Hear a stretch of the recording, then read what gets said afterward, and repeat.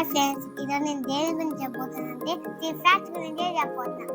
Fact number 1, మన ఎల్బోని ఎప్పటికీ lift చేయలేము.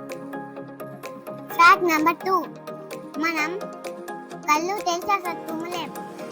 మనం కళ్ళు తెలిసి తుమ్మితే ఒకవేళ మన కళ్ళు బయటకు వచ్చేస్తాయి.